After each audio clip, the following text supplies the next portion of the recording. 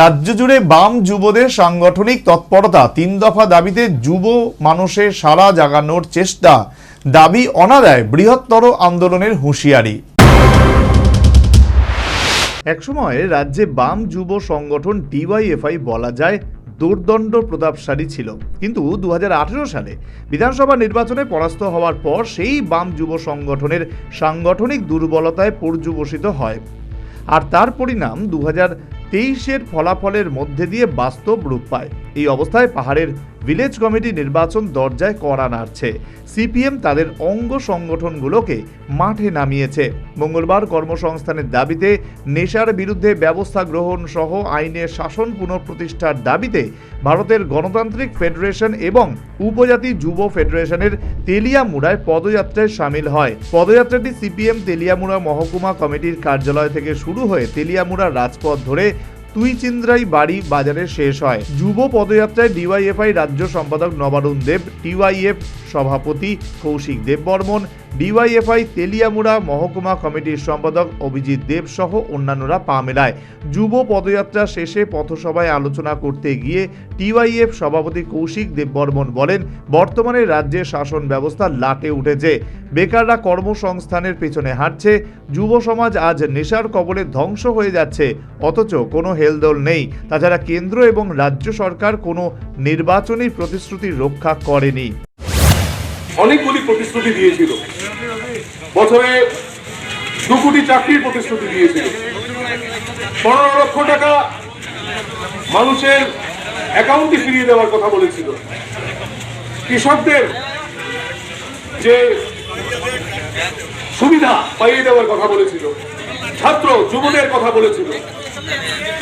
কিন্তু আমরা কি দেখলাম বিগত দিনে? আমাদের অভিজ্ঞতা কি হলো? নরেন্দ্র মোদী ক্ষমতায় আসলো মানুষের আশীর্বাদ নিয়ে, কিন্তু যা প্রতিশ্রুতি দেওয়ার দিয়েছিল একটাও প্রতিশ্রুতি পালন করেনি। বরঞ্চ আমরা দেখলাম নরেন্দ্র মোদী এবং তার কোম্পানি দেশের যে অর্থ, যে সম্পদ, এই সব সম্পদ একে একে করে পুঁজিপতিদের হাতে তুলে দিয়েছে। এবং তাই আমাদের রাজ্যের যে বেকারি সমস্যা এবং আমাদের দেশের যে বেকারি সমস্যা, তাই দিনে দিনে বাড়ছে।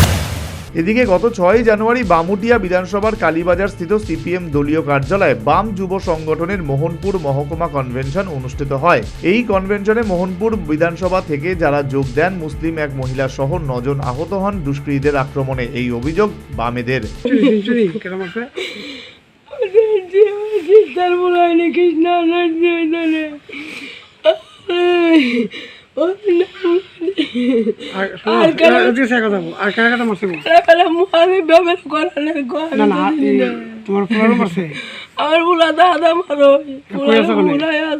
এর প্রতিবাদে বুধবার লেম্বুছড়া স্থিত এসডিপিও মোহনপুর কার্যালয়ে এসডিপিও মোহনপুর সব্যসাচী দেবনাথের নিকট অভিযুক্তদের গ্রেফতারের দাবিতে প্রতিনিধিত্বমূলক ডেপুটেশন প্রদান করা হয় বামেদের পক্ষ থেকে। প্রতিনিধি দলে ছিলেন বিধায়ক নয়ন সরকার, সিপিএম মোহনপুর মহকুমা কমিটির সম্পাদক সুদীপ দেবনাথ, ডিওয়াইএফআই মোহনপুর মহকুমা কমিটির সম্পাদক বামুটিয়ার সভাপতি সুব্রত গোপ সহ বাম নেতা দিলীপ দাস।